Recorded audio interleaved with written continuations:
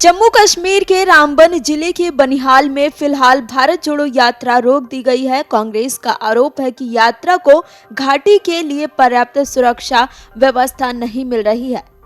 राहुल गांधी यात्रा को छोड़कर खन्नाबल अनंतनाग को रवाना हो गए हैं। जम्मू कश्मीर की कांग्रेस प्रभारी रजनी पाटिल ने ट्वीट में कहा कि प्रशासन भारत जोड़ो यात्रा को सुरक्षा प्रदान करने में विफल रहा। सुरक्षा में चूक यूटी प्रशासन के अनुचित रवैये को दर्शाती है। कांग्रेस नेताओं ने कहा कि जम्मू कश्मीर में भारत जोड़ो यात्रा की सुरक्षा पुख्ता नहीं की जा रही है। बनिहाल से आगे घाटी में प्रवेश करने पर सुरक्षा के पुख्ता इंतजाम नहीं किए गए हैं। राहुल गांधी को इस तरह कश्मीर में प्रवेश नहीं करवा सकते हैं। सुरक्षा में चूक का मसला सामने आते ही राहुल गांधी यात्रा को बीच में ही छोड़कर खन्नाबल को निकल गए। रामबन जिले के बनिहाल से शुक्रवार को राहुल गांधी की पदयात्रा 9 बजे शुरू हुई थी। यात्रा का पड़ाव आज अनंतनाग था। अब तक जम्मू कश्मीर में 90 किलोमीटर की यात्रा हो चुकी है। वहीं शनल कॉन्फ्रेंस के नेता उमर अब्दुल्ला शुक्रवार को बनिहाल में कांग्रेस की भारत जोड़ो यात्रा में शामिल हुए।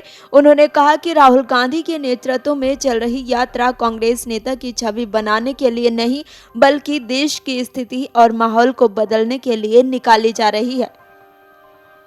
पूर्व मुख्यमंत्री ने कहा कि वह जम्मू कश्मीर की विशेष स्थिति को रद्द करने पर कांग्रेस के रुख में नहीं पड़ना चाहते हैं। श्रीनगर से 120 किलोमीटर दूर बनिहाल पहुंचे अब्दुल्ला ने कहा कि वह यात्रा में इसलिए शामिल हुए क्योंकि उन्हें देश की छवि की ज्यादा चिंता थी। हम किसी व्यक्ति के लिए नहीं, बल्कि देश की छवि के लिए इसमें शामिल हुए हैं। नेका ने कहा कि राहुल गांधी ने व्यक्तिगत कारणों से यात्रा शुरू नहीं की, बल्कि देश में सांप्रदायिक तनाव पैदा करने और अल्पसंख्यकों को निशाना बनाने के प्रयासों पर चिंता के कारण पदयात्रा शुरू की। केंद्र सरकार भले ही अरब देशों से दोस्ती कर रही हो, लेकिन सच्चाई ये है कि देश के सबसे बड़े अल्पसंख्यक समुदाय का इसमें कोई प्रतिनिधि नहीं है।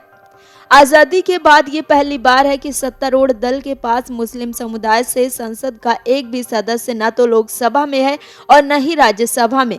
ये उनके रुख को दर्शाता है। अनुच्छेद 370 को निरस्त करने पर कांग्रेस के रुख पर बोलते हुए अब्दुल्ला ने कहा कि हम अदालत में अनुच्छेद 370 की बहाली के लिए केस करेंगे। जिस तरह से सरकार याचिका की सुनवाई पर अपने पैर खींच रही है, वह बताती है कि हमारा मामला बहुत मजबूत है। जम्मू कश्मीर में चुनाव पर कहा कि 8 साल हो गए हैं। पिछला विधानसभा चुनाव 2014 में हुआ था।